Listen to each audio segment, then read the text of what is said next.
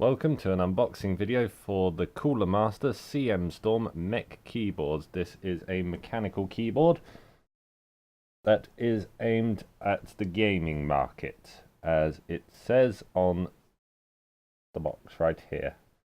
It is an aluminium and steel reinforced gaming keyboard. It is the outside of the keyboard is made of metal and the keys are mechanical, but they are plastic. Unfortunately, the keys aren't metal, which would have been nice.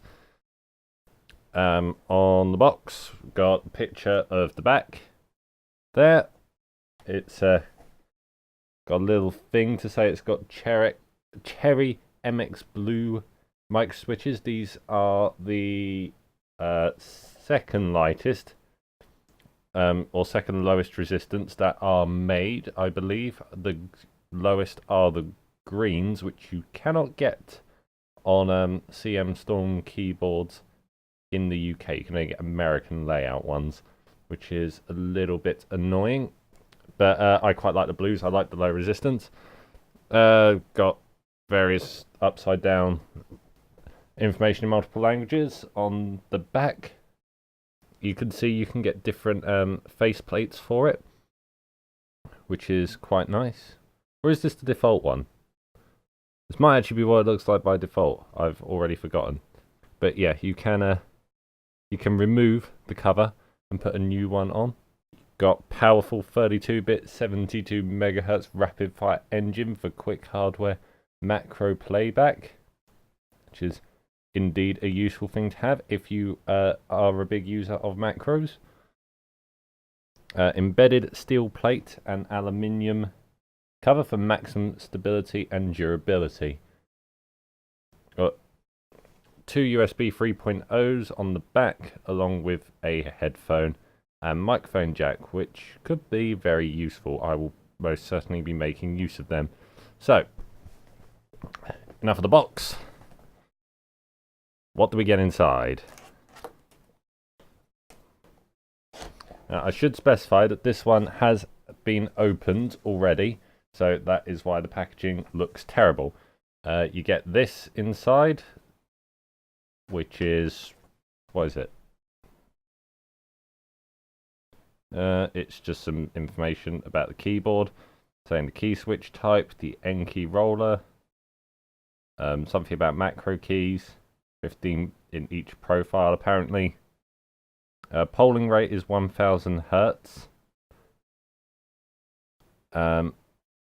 Backlight. There's a backlight?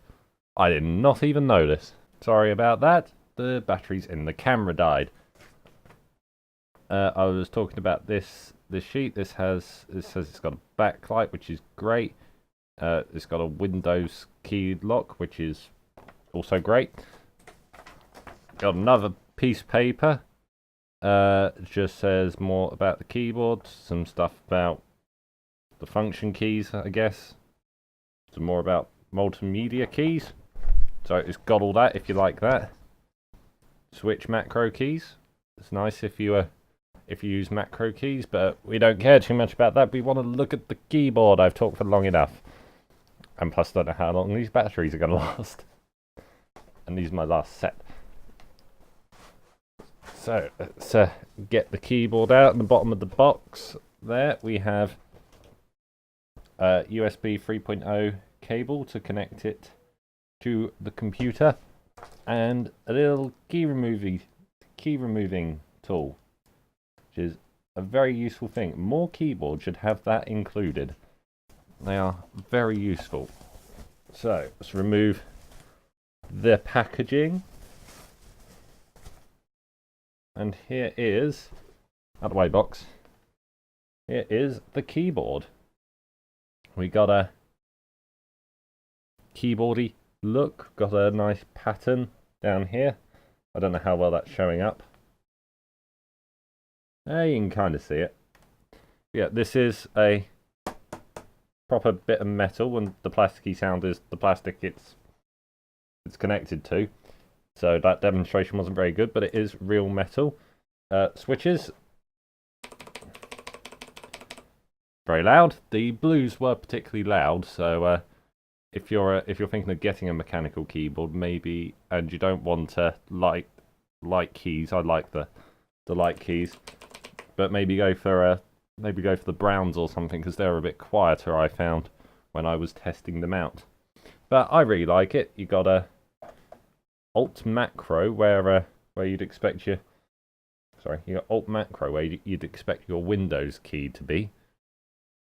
So if you particularly like your Windows key, I think it was saying how you could set this up to do the Windows key thing if you want, or alternatively you can hold down Function and then another key has it on. Yes, Function and then F12 has the Windows.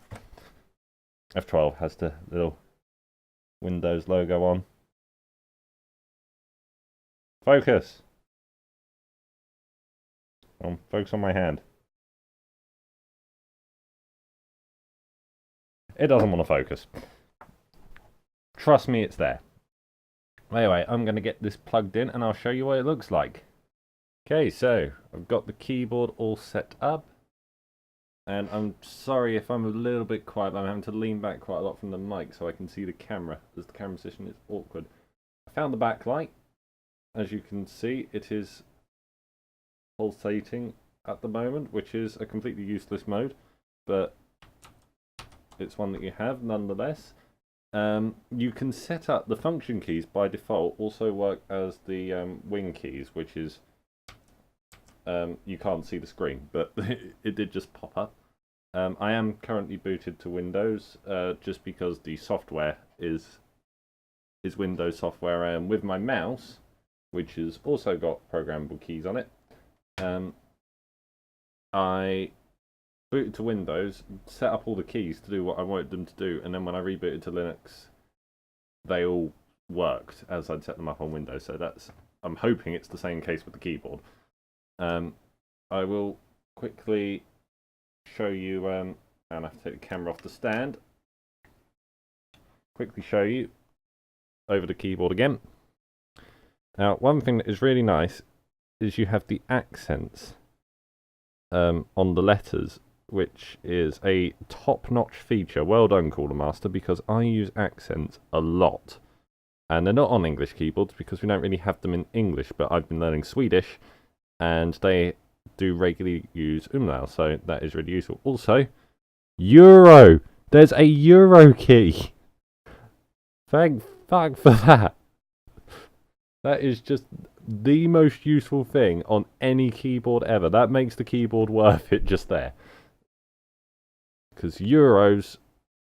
The thing is, in the UK, we never ever convert to dollars because we don't use them. They're useless to us.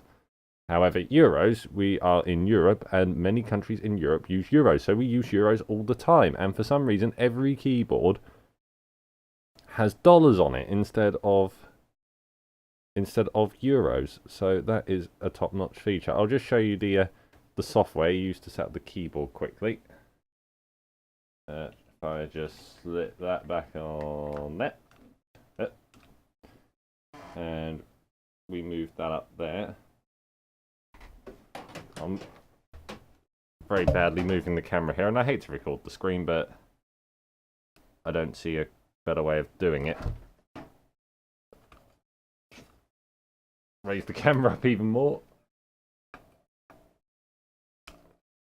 I'm going to have to stand for this now.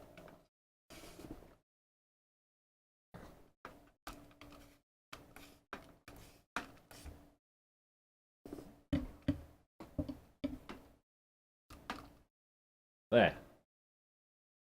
That should just about do it.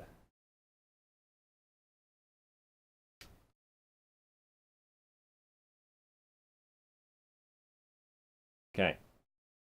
So what this software allows you to do is you can select your keys, and then up here you can program what you want each key to do. So you can change each key individually, and I'm hoping I can, yeah, I think I have to do it under the macro bit. Yeah, select a single macro key to decide. I'll have to set that up carefully, but I reckon I can switch them out with with umlauts. So that is really, really nice. I would prefer it if there was a Linux version of this software, seeing as Microsoft proved themselves incapable of making operating systems anymore. So yeah, get on that, Cool Master. Let's have a Linux version of this software ASAP. But I think that just about concludes everything about this keyboard. I don't think you can change the colour of the backlight, if you're wondering, though I'm not 100% certain. There may be a way, but there was nothing immediately obvious. Thank you for watching. Please like and subscribe if you enjoyed the video. If you're interested to see more about this keyboard, I'm going to do another video on it in the near future, where I do a little kind of review of how I actually like the keyboard. So watch that. I'll put a link once it's done. I'll see you in the next one. Bye bye.